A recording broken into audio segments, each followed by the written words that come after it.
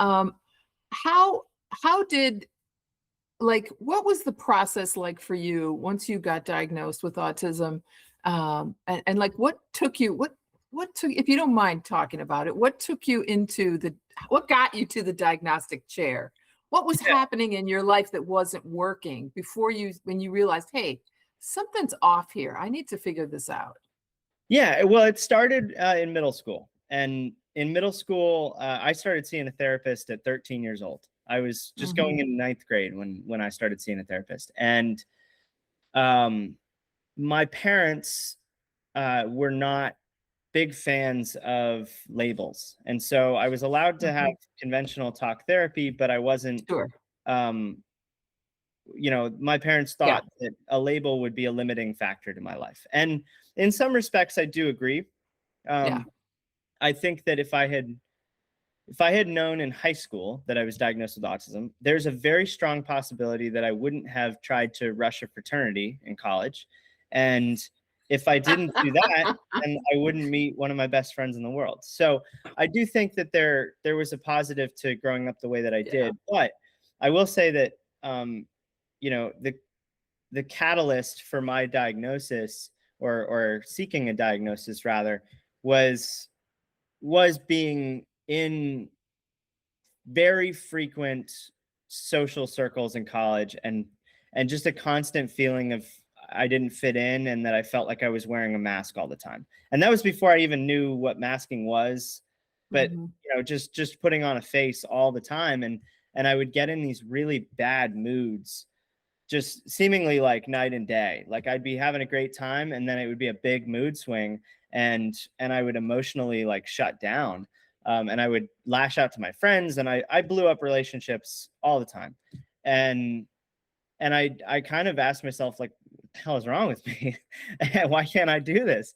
All my friends seem It's a to, frequent question that happens in my world too. yeah.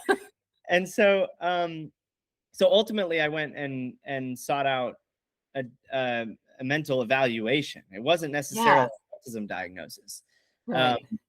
and what came back was an autism diagnosis. And so it, it, and I think the shoe fits there much better than something like bipolar, which Okay. Yeah. some of the traits that I had definitely would have fit in that bucket. Uh-huh. And so, I think it was accurate. But it was very informative, and I got this. The test took 3 days, 8 hours a day, Oh, or 6 hours. wow. It was a long evaluation, and they gave me back like a 7 or an 8 page kind of paper about me and how my brain works, and what Wow. the tools that I could. That was the most important part. The last page was like all the Yeah. tools that they recommend for my life. And the biggest thing, and the first thing on the list, was go get an occupational therapist, an OT. And so, Oh, which I didn't know what that was, but I had been in talk therapy my whole life. And so yeah. I went to an OT, and that was, to be honest, that was the life-changing thing. Cause she was very goal-oriented, which is how I am. And Okay.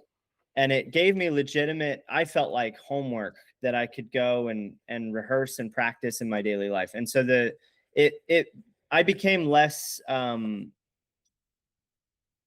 I needed other people's help less the more that I did OT and kind of went through that process.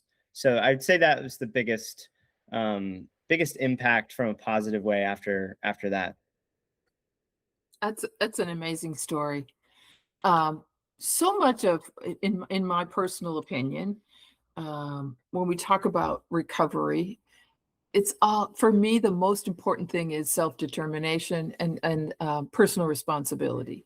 Like, yeah, your brain works different. Yeah, so does mine, right? And for different reasons, different causes, different manifestations.